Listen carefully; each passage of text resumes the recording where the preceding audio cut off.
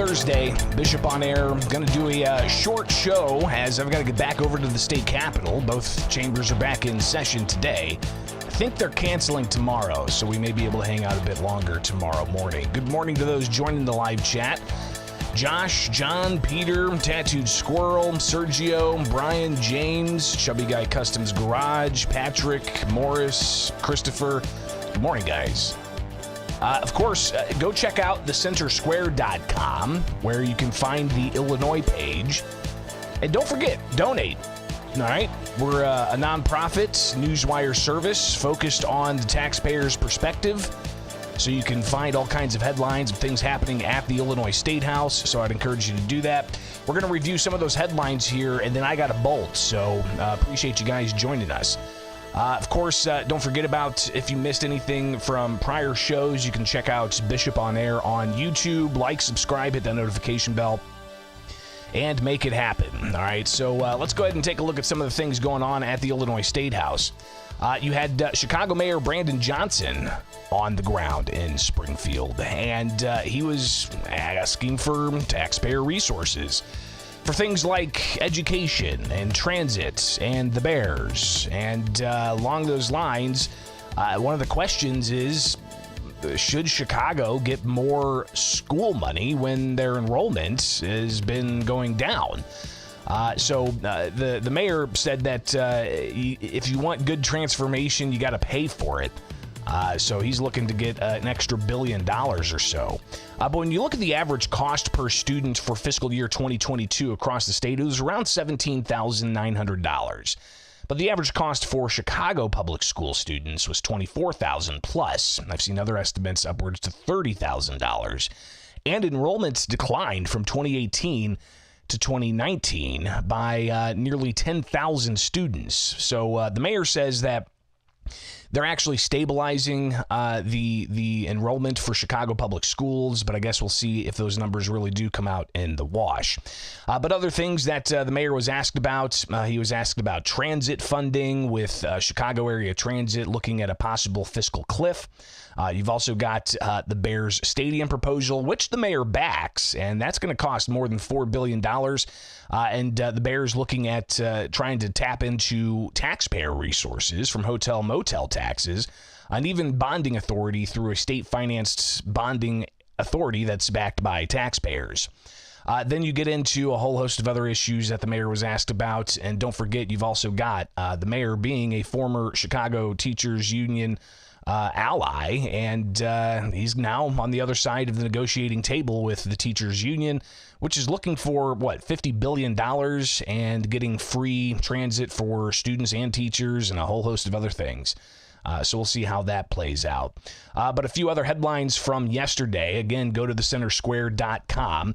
A story that kind of came out of nowhere, surprised us. We had a news conference yesterday that was scheduled to talk about prescription drug prices, but you had Equality Illinois, an LGBTQ community, that took over the podium and talked about legislation that they wanted.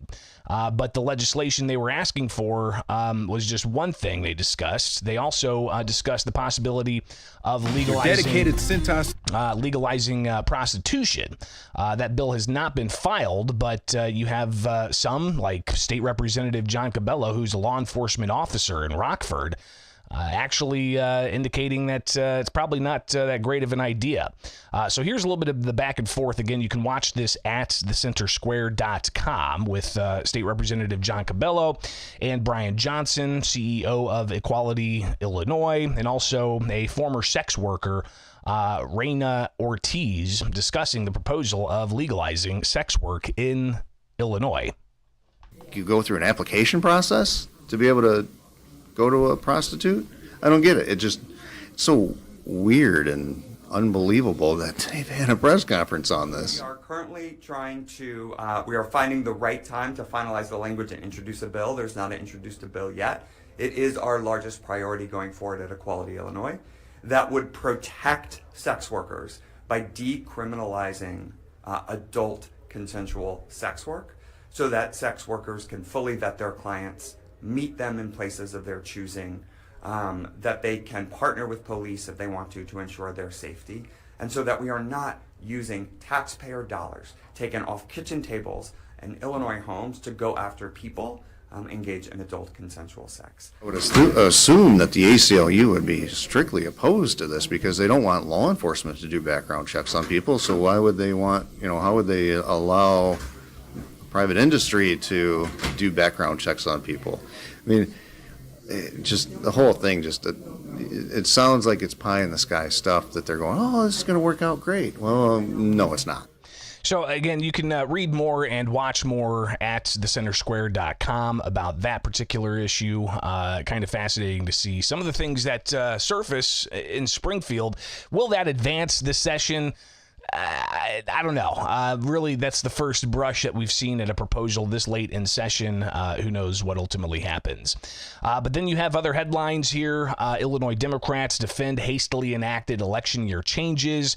State Representative Maurice West, who is the chair of the House Ethics and Elections Committee, we asked him yesterday why the measure that ultimately changed election law mid-year didn't go through the Ethics and Elections Committee. He said that, just in the run of things, when the amendment was brought up, there was no scheduled Ethics and Elections Committee meeting, so they instead put it through the Executive Committee, where it passed and then went to the House and passed and then went to the Senate, gutting and replacing a bill that the Senate had already passed, and the governor signed that on Friday last week. And it does a variety of things, changes how people are slated, but it also removes the ability for others to put proposed statewide referenda on the ballot for voters, as you've got the measure asking three non-binding questions, one dealing with in vitro fertilization, another dealing with poll worker safety, and the third dealing with property taxes. But again, that effectively blocks any other ballot question from being proposed, pending possible objections. But we'd also asked State's Representative Eva Dina Delgado, who's in the 3rd Congressional District, or the 3rd Illinois House District, if she's going to challenge whoever is going to be slated in the Republican slot for that ballot spot. She said that as a good candidate, she would make sure any signatures were valid. And if they are, good. If not, then they'll go through the process of objecting those. But she said it depends on whether or not she's going to actually object to the likes of Giovanni Rivera, who told me that he does indeed plan on filing paperwork with the State Board of Elections by June 3rd to get on the ballot. So that story continues to develop. What else we've got from thecentersquare.com that you can check out? This is an interesting story about electric vehicles. The governor hosted a whole host of different Illinois manufactured electric vehicles at the governor's mansion on Tuesday. And he looked at Rivians, he looked at some Fords that were there, Lion Electric with a electrified school bus. So the governor talking about all things electric vehicles on Tuesday, but yesterday, State Representative Brad Halbrook, he had some sentiments that he wanted to share as the governor was touting the credits the tax credits that Rivian's getting, and it's looking to possibly invest in $1.5 billion for the state's Rivian operations. Here's a little bit of that back and forth. The governor from Tuesday talking about Rivian, and then State Representative Brad Halbrook from the House floor. I mean, I do love Rivian. My wife's got the truck. Great, now instead of the black SUV, you could just get the... Just last week, I was in Normal with workers and executives from Rivian celebrating a $1.5 billion expansion that will allow them to manufacture the new lower-cost R2 vehicle in Illinois and not in Georgia.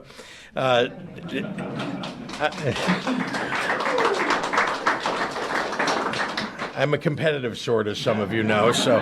What is most interesting about this early afternoon event was just a few hours later, Rivian's quarterly earnings call would be out. This leads us to today's number. Today's number is $38,784. That's right, every Rivian vehicle on display that had been manufactured recently had been losing $38,784.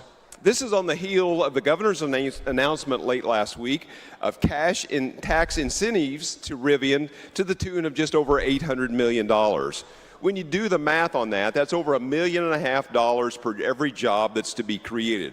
The question I have is, where is the money going to come from? The governor continues to spend well over $1 billion a year on a population of people that are in this country illegally.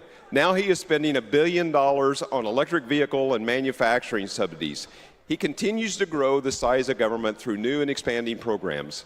Let me ask you, how many government subsidies did it take to make that phone that's in your pocket or lying on your desk the top of the market? That's right, $0. And as if the subsidies aren't enough, the governor has proposed hundreds of millions of dollars in sales of these electrical vehicle companies by forcing the state to purchase 10,000 electric vehicles by the year 2030 for the state fleet.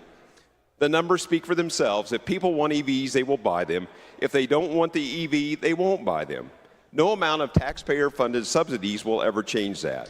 So clearly some questions about the uptake of electric vehicles, but even the governor admitted that the marketplace seems to be waning a bit. He said that people have complained about what's happened with the EV industry, and eventually as industries grow, you come down from a couple of 100% growth to 100% growth to 50% growth. And then just double-digit growth, and that's what we're seeing in the United States, he said. But there are also concerns about the power that would be needed to reach his goal of 1 million EVs on Illinois roadways by 2030. So that's just another story that you can find at thecentersquare.com. So be sure to go check it out. All right, plenty more there as well for you to delve into, including the governor touting the bonding authority that they had. Governor Pritzker touting successful sale of $1.8 billion in bonds for Illinois general obligations. If you're not familiar with what bonds are, it's essentially the government going into debt and the taxpayers being on the hook for that. So taxpayers are going to be hit with a 4.27% interest rate on that bond issuance for funding things like projects with the Rebuild Illinois Capital Funding Program, which was in 2019, came about with the help of tax hikes and fee increases. That's when they doubled the state gas tax and tacked on an annual increase every July 1st, which, by the way, July 1st coming up, and expect that annual increase to kick back in. All right, so there you go. That's some of the headlines. I got to get out of here and get back to the Illinois State House and cover what's going on. I think they both have canceled Friday, so we'll see what happens. Stay tuned. Follow me on X. Search Bishop on Air. Go to thecentersquare.com/Illinois. Subscribe. Donate. Help us out, and we'll continue covering stuff for you, all right? I'll see you soon. It's Bishop on Air, signing off.